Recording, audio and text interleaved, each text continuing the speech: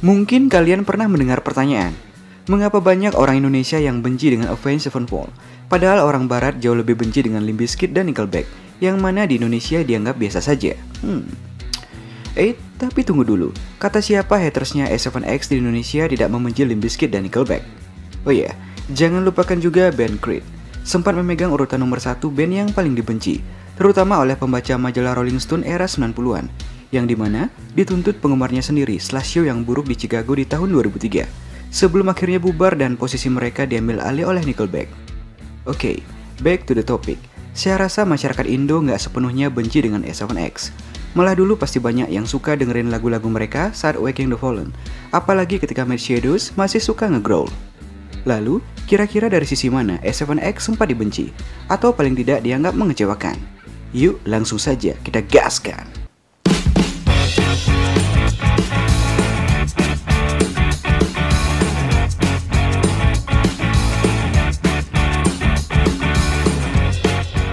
Oke, pertama-tama kita berbicara tentang faktor kemungkinan.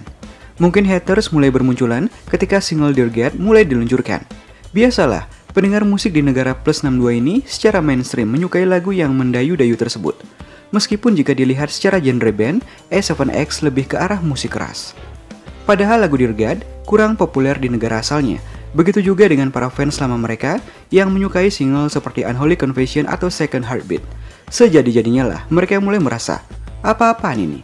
Kok S7X jadi menye-menye kayak gini? Fans dadakan pun mulai muncul, terutama dari kalangan ABG label penikmat musik emo.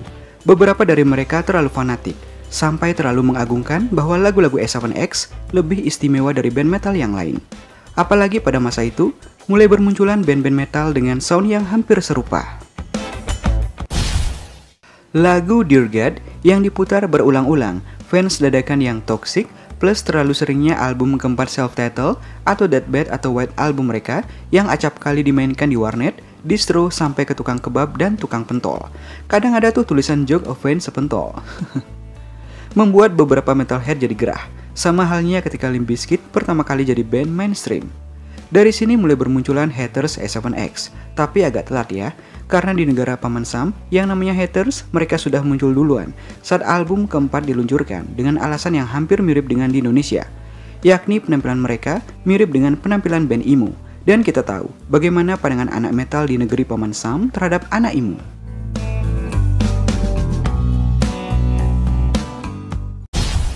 Beberapa fans dadakan mereka merupakan fans band emo. Sinister Gates pada saat debut S7X diprediksi akan menjadi wajah serta generasi baru lead guitar. Tapi lagi-lagi, toxic fans di bagian komentar YouTube terlalu memuja-muja Gates sampai merendahkan gitaris lain bahkan yang lebih senior. Fans lama mereka tidak menyukai gaya vokal terbaru Mad Shadows, bahkan dianggap terlalu cringe. Lalu ada juga mengenai isu plagiarisme, mulai dari logo atau maskot band mereka yang dituding menjiplak dari maskot band metal senior Overkill. Tetapi juga beberapa lagu mereka dianggap terlalu mirip dengan lagu hits band metal lain, terutama saat album Hail to the King.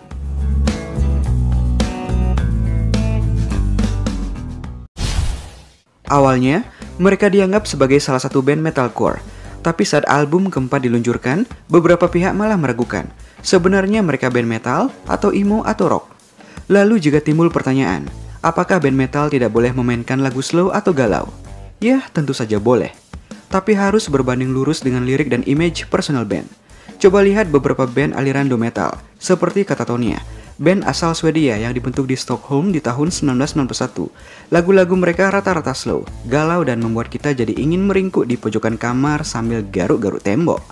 Tapi image mereka, terutama sebagai bagian dari do metal, secara fashion cocok. Gaya busana kalau lagi menghadiri secara pemakaman, meskipun slow, tapi liriknya tetap dark, dengan sound hampa seakan-akan kita terdampar di kota Silent Hill.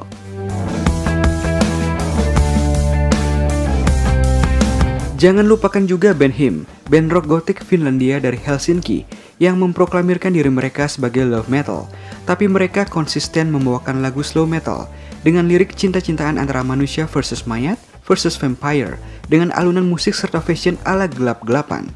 Hal inilah yang seakan-akan menjadi salah satu alasan kesalahpahaman dari gaya S7X. Beberapa metalhead bingung, kalian ini sebenarnya aliran apa? Ditambah lagi fashion mereka ini condong ke emo dan akhirnya memunculkan para haters, terutama dari kalangan musik metal dengan ucapan, "You guys are not metal enough." Jadi, apakah orang-orang membenci S7X? Saya jawab mungkin tidak. Lalu, apakah masih ada yang suka mendengarkan lagu-lagunya S7X sampai sekarang? Ya silahkan kalian jawab sendiri bro. Atau mungkin ada ya sebagian dari kalian jika mendengarkan lagu-lagu lawas S7X sepertinya kurang dapat feel atau eargasm-nya. Padahal waktu zaman dulu, lagu Dear God misalnya diputar berkali-kali di aplikasi Winamp. Atau ironisnya, justru ada yang mendapatkan rasa nostalgia ketika tidak sengaja mendengarkan lagu-lagu Limp Bizkit, seperti Pollution atau Nuki.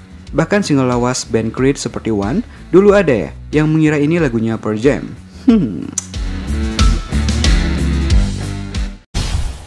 Oh iya, menilik kembali album mereka, semisal Hail to the King.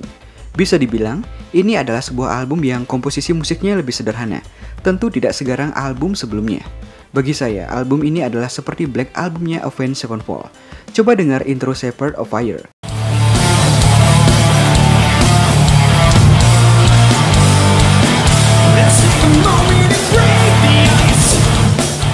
Lalu bandingkan dengan Enter Sandman.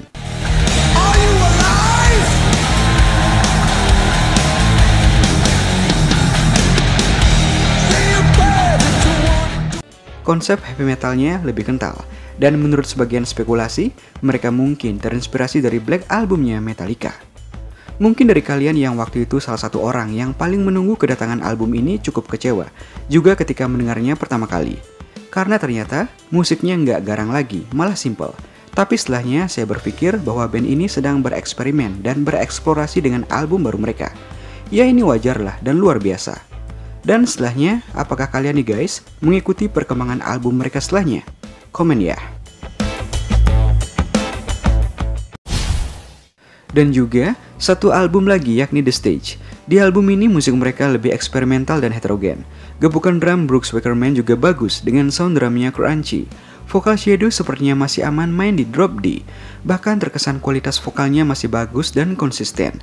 Tentunya, duet Zaki Vengeance dan Sinister Gates tidak boleh ketinggalan. Ya, ngomongin Avenged Sevenfold pastilah nggak ada habisnya. Salah satu grup musik yang basis penggemarnya cukup banyak di Indonesia. Ada yang merindukan screamingnya Mad Shadows, duet duo gitaris Zaki Vengeance dan Sinister Gates, ataupun ada pula yang merindukan pattern drum dari mendiang The Rev Sullivan. By the way, gimana nih guys? Menurut pendapat kalian, apakah kalian setuju S7X adalah salah satu band yang sempat dibenci di Indonesia atau malah sebaliknya? Tinggalkan argumenmu di kolom komentar. Sekian, dan salam metalhead, dan salam rock and roll.